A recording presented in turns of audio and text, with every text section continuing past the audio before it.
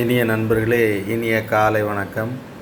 நன்னன்பு நண்பர்கள் அனைவருக்கும் இன்றைய பொழுது மிகவும் நல்ல நாளாக அமைய வாழ்த்துக்கள். நம்முடைய இன்றைய தமிழ் வாழ்முறை தொடரில் இன்றைய தலைப்பு அன்புசால் குடும்பம் என்கிற தலைப்பை எடுத்துக்கொண்டிருக்கிறேன். சாதாரணமாக ஒரு குடும்பம் என்று எடுத்துக்கொண்டால் தாய், தந்தை,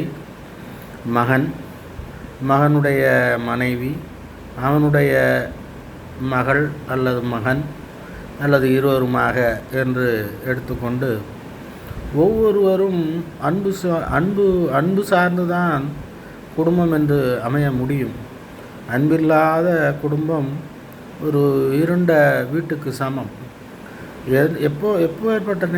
எப்பேற்பட்ட நேரத்திலும் நம்முடைய பாட்டன் பாட்டிகள்தான் அவர்களுடைய பேரன் பேத்திகளுக்கு அன்பு செலுத்துகிறார்கள் என்றும், ஒரு தாய் தந்தை என்றால் அவர்கள் கண்டிப்பானவர்கள் என்றோ அல்லது அவர்கள் மன உறுதியை, நன்மை நோக்கிய மன உறுதியை தவறாக சில நேரங்களில் நாம் எடுத்துக்கொண்டு விடுவோம். அப்படி இல்லாமல் அன்பு என்பது சிரித்து பேசுவதில் மட்டுமல்ல, கண்டிப்புடன் நடந்து கொள்வதிலும் அன்பு இருக்கிறது. அதில் அன்பின் மேலீடு காரணமாக அவர்கள் கண்டிப்பாக இருக்கிறார்கள் என்று மகனும் அல்லது மருமகளும் புரிந்து கொள்ளும் பொழுது அவர்கள் அவர்கள் எய்தும் உள்ள உவகை எல்லையற்றது. எனவே ஒரு ஆசிரியர் ஓங்கி ஒரு தன்னுடைய கம்பை வீசுகிறார் என்றால் அதில் வெறுப்பு இருக்கிறது என்பதை விட அவர் கண்டிப்பு நம்முடைய நலம் பற்றியது என்பதை நாம் உணர்ந்து கொள்ள வேண்டும். ஒரு குரு என்பவர் நம்மை கட்டி வளர்க்க, நம்மை ஒழுங்குபடுத்த முயல்கிறார் என்பதை புரிந்து கொண்டால் நாம் எங்கே தவறு செய்கிறோம் என்பது புரியும். நாம் நம்மை திருத்து கொள்ள முடியும். அதே போலவே ஒரு தாய் தந்தை தன்னுடைய மகனிடமோ மருமகளிடமோ கண்டிப்புடன் நடந்து கொள்கிறார் என்றால் அது நம்மை ஒழுங்குபடுத்த, நம்மை வாழ வைக்கத்தான் சொல்கிறார்கள். பொதுவாகவே தஞ்சாவூர் பக்கத்தில் எல்லாம் சொல்கிறவர்கள்தான் வாழச் சொல்கிறார்கள் என்கிற வாறான பழமொழி ஒன்று உண்டு. அந்தபடி நம்மை சிரிக்க வாழ சொல்ல இயலாது. சிரிப்பாய் சிரித்து தான் போய்விடுவோம்.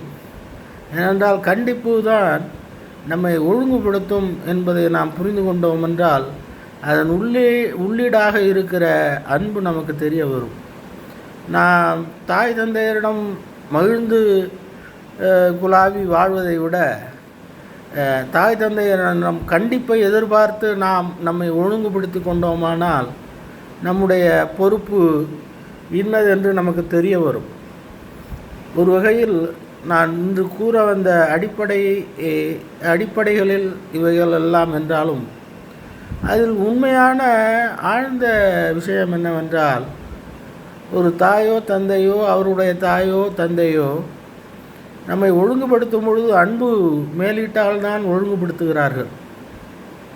நம்மை ஒழுங்குபடுத்தும் எண்ணம் நம் மீது அன்பில்லாவிட்டால் வராது. எப்படியோ போகிறான் என்று விட்டுவிடவும் மாட்டார்கள்.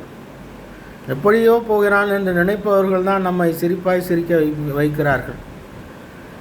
ஏதோ நலம் இருக்கிறது இதில் என்று ஒரு நண்பன் நமக்கு மதுவை தருகிறான் என்றால் அவன் நம்மை சிரிப்பாய் சிரிக்க வைக்கிறான் என்றுதான் பொருள்.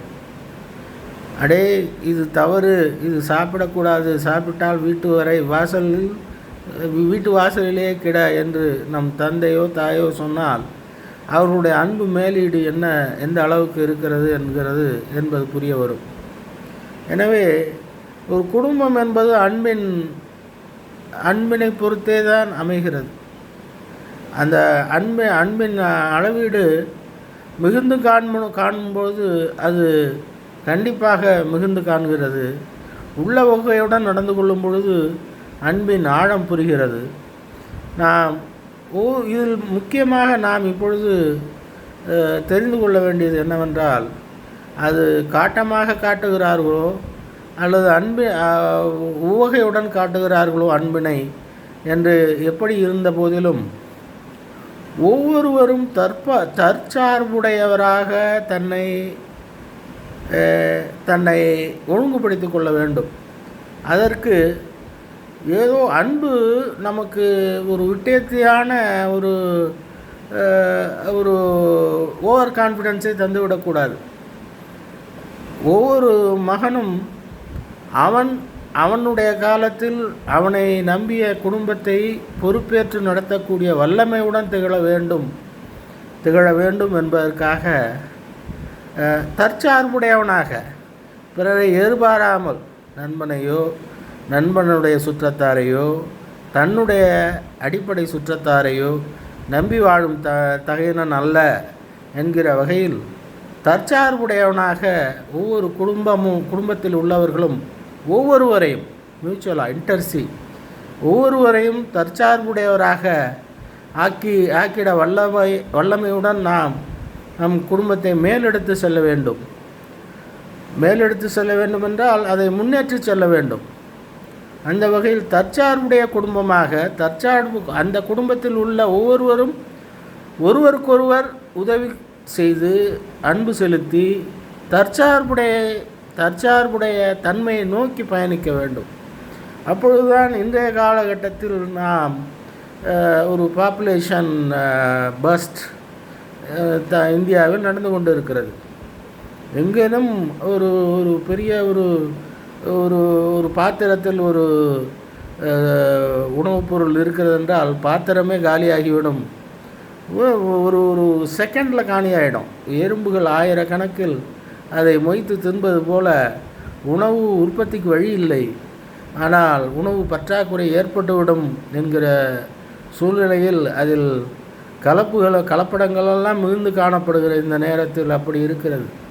அப்படியான நிலைமையை உணர்ந்து ஒவ்வொருவரும் ஒரு குடும்பம் என்றால் குடும்ப ஒற்றுமை என்பது மிக திண்ணமாக இருக்க வேண்டும் என்பதற்காக ஒவ்வொருவரும் தற்சார்புடையவராக திகழ வேண்டும் என்ற கண்ணோட்டத்தில் குடும்பத்தை எடுத்து சென்றால் அது நீண்டகால பயனளிக்கும் ஒரு நல்ல குறிக்கோளாக இருக்கும் என்று கூறி, அன்புசால் குடும்பம் தற்சார்புடைய குடும்பமாக தனித்தனியே தற்சார்பு பெறத்தக்கவர்களாக வளர்ந்திட வேண்டும் என்று நாம் குறிக்கோளை கொண்டு நம்முடைய குடும்ப வாழ்க்கையை மேற்கொண்டோம் என்றால் அது மிகுந்த வெற்றிகரமான குடும்பமாக அது திகழும் என்பதில் ஐயமில்லை என்று கூறி, இத்துடன் இன்றைய நம்முடைய தமிழ் வாழ்வுமுறை தொடர் நிறைவு பெறுகிறது.